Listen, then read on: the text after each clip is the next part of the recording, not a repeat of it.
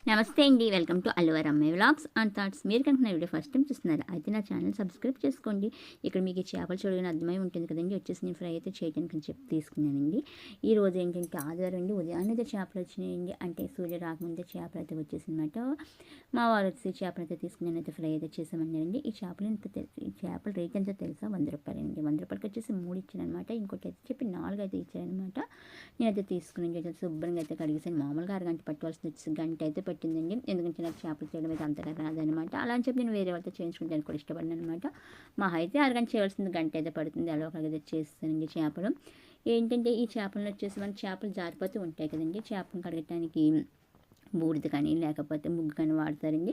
మాకైతే సిమెంట్ రోడ్లే కాబట్టి శుద్ధతోనే ముగ్గు పెడతాం. ముగ్గు ఉండదండి. బూడిద అంటారు, అసలు పొయ్యిలు ఎవరు అంటించుకోరు కాబట్టి బూడిద కూడా ఉండదండి. నేను వచ్చేసి సాల్ట్తో అయితే కడిగానండి. సాల్ట్ కాకపోయినా వరిపిండి ఉంటుంది కదండి, వరిపిండితో సరే మనం చేతులు రాసుకొని చేపలు చేస్తే కనుక ఆ చేపలు అయితే జారండి, లేకపోతే తెగ జారిపోతాయి అనమాట. అస్సలు ఖర్చులు పైన పులుసు ఇంకా ఉంటాయి కదండి, తోక ఇటు సైడ్ అటు సైడ్ శంకులు పైన అయితే అన్నీ ఉంటాయి కదండి. అవి అయితే మాత్రం కట్ చేయడం అయితే చాలా కష్టమండి నాకు.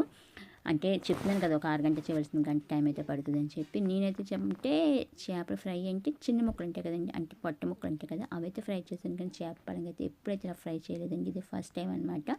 మామూలుగా మనకి ఇంటి ఏదైనా వంట రాకపోతే ఫోన్ చేసి అమ్మనో లేకపోతే అత్తయ్యనో ఎదురింటి ఆంటీనో పక్కింటి పిన్ననో అయితే అడుగుతాం కదండి.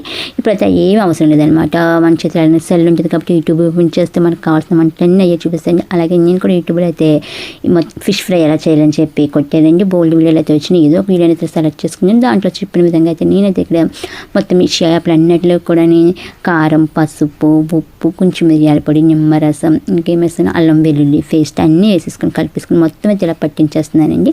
ఇలా పట్టించుకున్న తర్వాత ఒక అరగంట అయితే మనం అయితే పక్కన అయితే పెట్టేసుకోవాలి. నేను ఫస్ట్ అయితే వేసాను కదండి, అదైతే 3 చేపలకు వచ్చిందనమాట. మళ్ళీ ఇంకా కారం, సాల్ట్ అన్నీ కలిపి ఇంకో చేపకి అయితే పట్టించాను. బాగా పట్టించిన తర్వాత చూసారు కదా ఎంత రెడ్గా ఉన్నాయండి.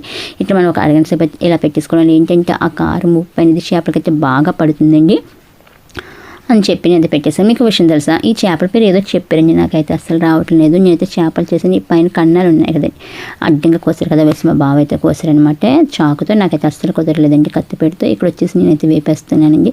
చాలా ఎగ్జాక్ట్గా ఉందనమాట. ఎలాగెక్కుతాయి అని చెప్పి ఇక్కడ వచ్చేసి నేను బాండీ అయితే వేసాను చూడండి. అదైతే చిన్న సైజ్ అనమాట. అంటే అది చిన్న సైజ్ కాదు, ఈ చేపలకైతే సరిపోలేదండి.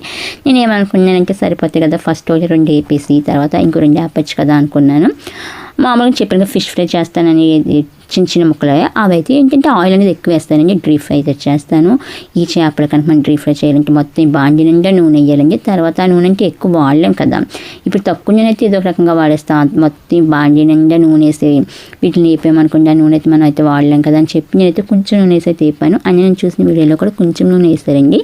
ఇది ఏంటంటే ప్లేస్ అయితే సరిపడదండి. అస్సలు తిరిగిస్తాడు, మొత్తం చేప అంతా ముక్కలైపోయిందండి. చూడండి అక్కడ ఎలా ఉందో. ఒక చేపను అయితే నేను తిరగలేదనమాట. ఈ చేపను తిరిగేసేటప్పటికి ఎలా ముక్కలు అయిపోతే దీన్ని అయితే ఆపేసానండి. ఈ పక్కన ఇంకో చేప ఉంది కదా, దాన్ని అస్సలు తిరగేయకుండా జాయిగా తీసి ఇంక ఈ మూగుని అయితే పక్కన పెట్టేసానండి. దీన్ని పెట్టేసి మన నాన్ స్టిక్ పాన్ ఉంటుంది కదా, మనం దోశలు అయితే వేసుకుంటాం కదండి, దాంట్లో అయితే వేపేదని ఫిక్స్ అయిపోయాను అనమాట. ఏంటంటే నేను చేసిన ప్రాసెస్ అంతా బాగుంది. ప్లస్ ఏంటంటే ప్లేస్ అనేది సరిపడదండి, అందుకు అది కూడా యాక్కుంటే వెంటనే తిరిగేస్తానండి. ఇంకా అలా అస్సలు రావట్లేదని చెప్పి పక్కన పెట్టేస్తానండి. ఇలా దోశలు వేస్తే పాన్ ఉంటుంది కదా, దాని మీద అయితే వేపారండి. ఇందు మీద అయితే మాత్రం సూపర్ వచ్చినాయండి. 80% అయితే మాత్రం పర్ఫెక్ట్గా వచ్చినాయి. 80% అని ఎందుకంటే 20% వచ్చేసి లోపల మసాలా అనేది ఇంకా బాగా అయితే ఆగలేదంటండి. అంటే మనకి ఇంకా సిమ్లో పెట్టి ఎక్కువసేపు వేయాలన్నమాట. మనం ఇంకా అయిపోయింది కదా అని చెప్పి తీసేసానండి. ఇది కొంచెం చూడండి ఎలాగున్నాయి. మొత్తం వేగిన తర్వాత అయితే ఇలాగున్నాయి. మీకు కనుక వీడియో చూస్తే లైక్ చేయండి, షేర్ చేయండి.